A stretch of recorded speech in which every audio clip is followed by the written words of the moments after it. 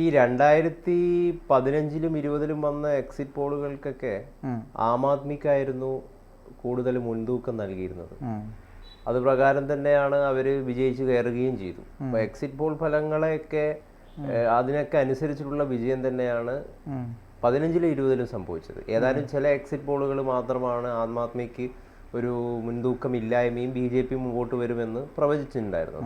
അപ്പോൾ അതിൻ്റെ അടിസ്ഥാനത്തിൽ നമ്മൾ നോക്കുകയാണെങ്കിൽ BJP ആണ് ഇക്കുറി ഡൽഹി പിടിക്കുക എന്നാണ് നമുക്ക് മനസ്സിലാക്കാൻ വേണ്ടിയിട്ട് സാധിക്കുന്നത്.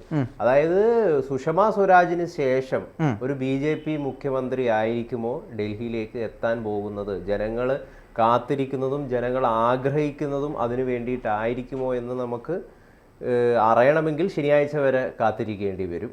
60.42% നിലവിൽ പോളിംഗ് എന്ന് പറയുന്നത്. കഴിഞ്ഞ വർഷത്തെ അത്ര എത്തിയില്ല. കഴിഞ്ഞ വർഷത്തെ അത്ര എത്രയില്ല.